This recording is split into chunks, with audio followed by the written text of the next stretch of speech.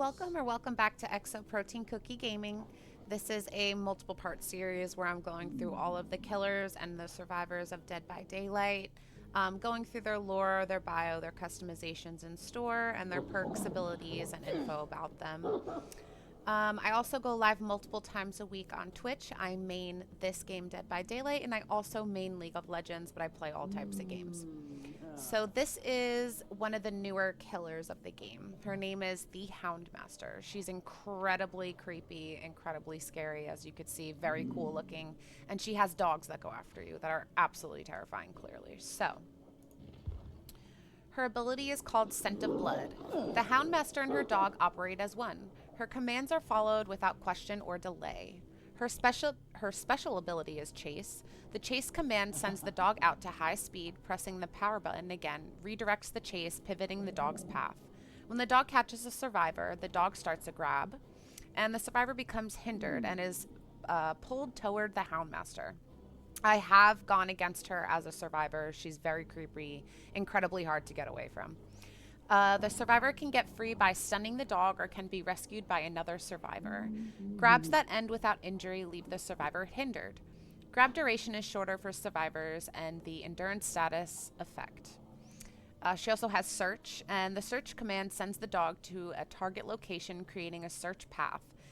It has its own lullaby, and it moves its hound sense radius rises over distance traveled. Survivors who enter the radius are affected by hound sense and revealed by killer instinct. If the Houndmaster follows the dog's search path, she gains increased movement speed over time. Leaving the search path ends the bonus movement speed.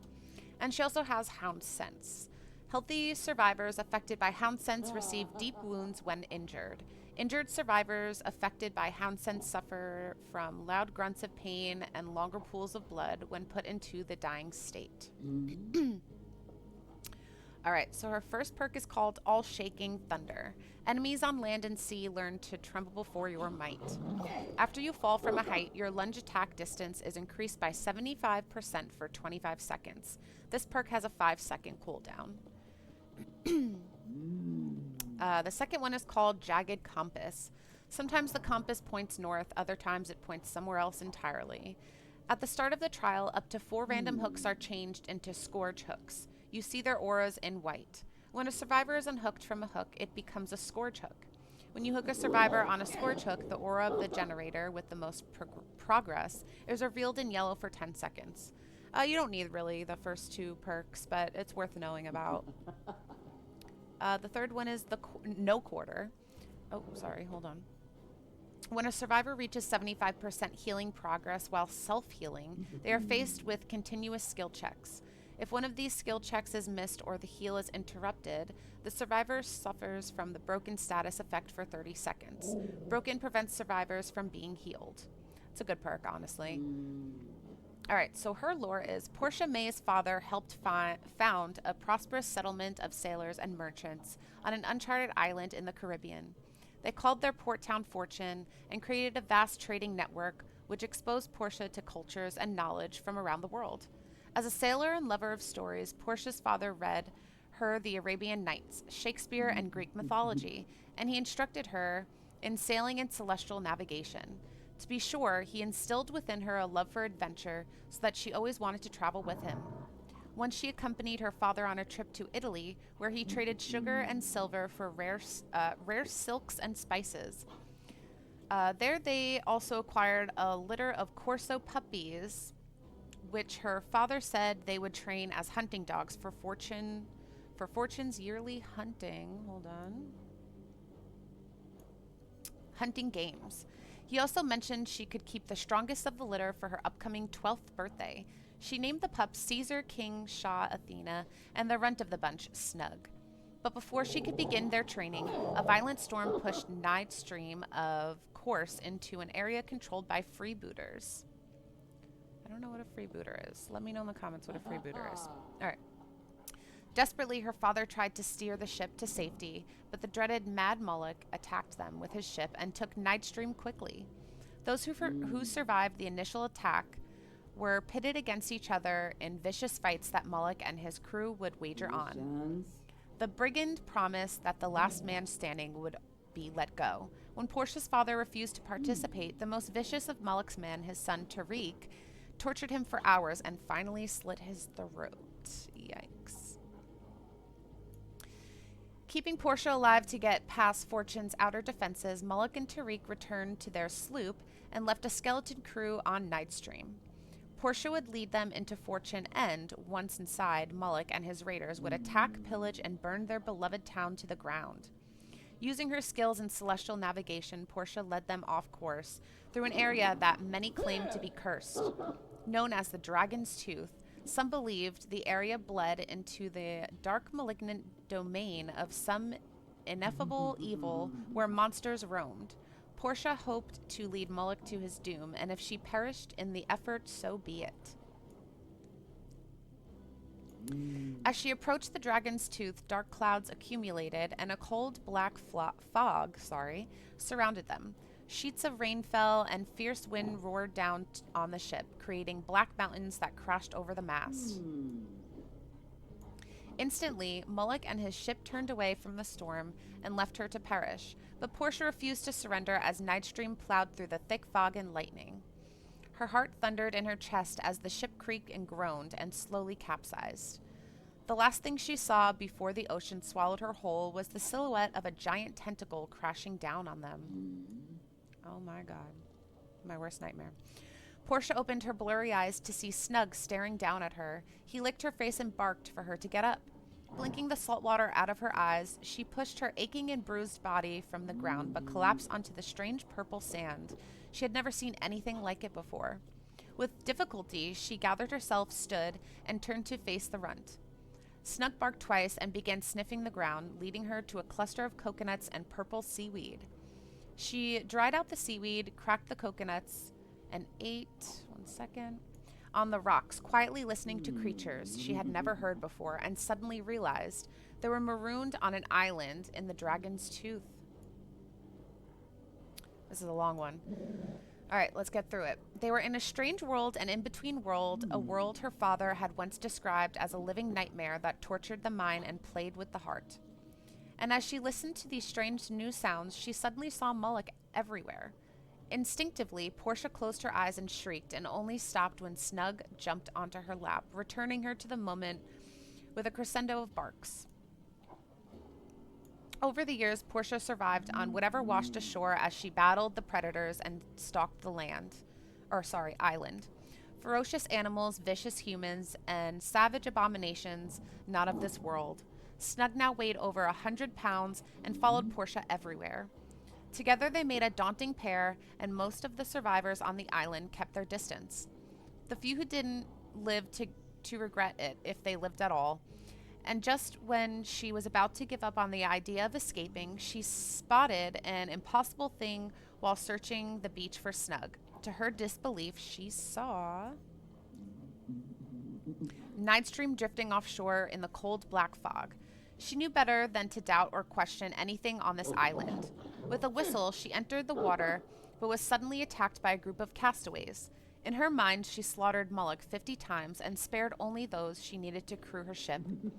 Together, they spent days searching for Snug, but he was nowhere to be found. He was gone. Gone as if she had never been, as if she had only been a figment of her imagination.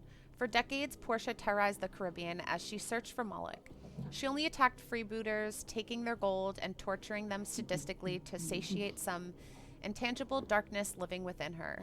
A darkness like a parasite that demanded blood until it had its fill.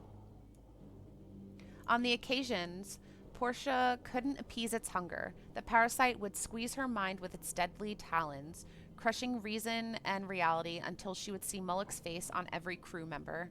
She would attack and butcher everyone, and anyone until one of her many trusted guard dogs barked for her to stop. And Moloch would suddenly dematerialize into wisps of black fog. Terrified, the crew knew it was just a matter of time before her madness turned against them. And so, even when they finally located Moloch, they conspired to mutiny. But they had underestimated their captain. By the time Portia was through them, There were only 5 left standing in a pool of blood and gore. They instantly threw themselves on her mercy as her dogs surrounded them, waiting for the kill command that never came. Oh, sorry. Destroying Mullock would take more hands than she possessed. Gathering her wits, she ordered the mutineers to clean up the deck and feed her dogs as she steered Nightstream toward Mad Mullock's island. Mullock himself was out on the high seas, but Portia's crew captured Tariq and locked him up in preparation for his father's return. When Mullock returned, he found the island's deserted part from a woman offering chests of gold and jewels. She claimed she wanted to join Mullock's crew and had prepared an amazing feast for him and his men. Not recognizing her, Mullock accepted the treasure and asked about Tariq. She smiled and assured him his son would be joining them for dinner. Portia served Mullock an elaborate meal, and he drank and ate with gusto. The meat was especially good, roasted crisp and black on the outside and pink and juicy on the inside. He wanted to know if it was wild boar or venison. Oh my god, I think I know where this is going. Portia smiled, stood proudly, and reached over the table and lifted a gold food cover to reveal Tariq's decapitized, glazed head, frozen in a scream of terror, the mouth vomiting bullion and jewels. Holy crap. Mullock roared his anguish like a wounded bull, and she revealed in his torment as a thick black fog rose from the floor like a black veil. But before she could strike Mullock down, something unseen jerked him backward into the darkness.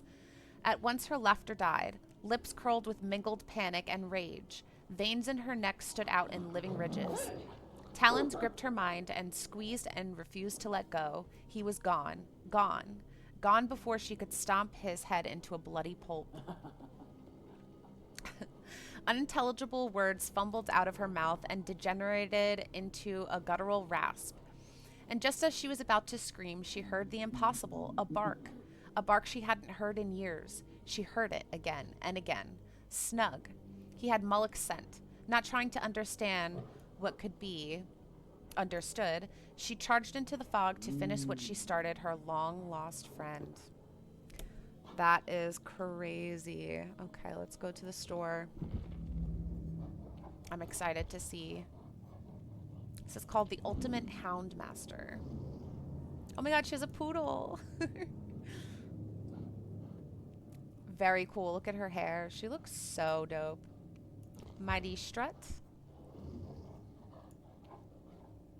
And if you see her, if you get her in game, she struts around.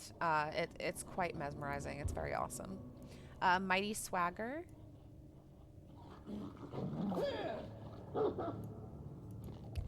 And this is called With a Bloodthirst. I love it with the cheetah. This one's With a Plan. Purple and gold. With a Vengeance. I like her leggings or whatever they are. Very cool. To the Deep. Very awesome. This one's To the Horizon. To the Hurricane. These are all like pretty much the same, just different colors and stuff. To the Inferno. And the Houndmaster. So there you have it, the Houndmaster. That's her default clothing. If you like this content, please don't forget to like and subscribe. And don't forget to add me on Twitch. I go live multiple times a week on Twitch. My name is Exo Protein Cookie. And thanks for watching.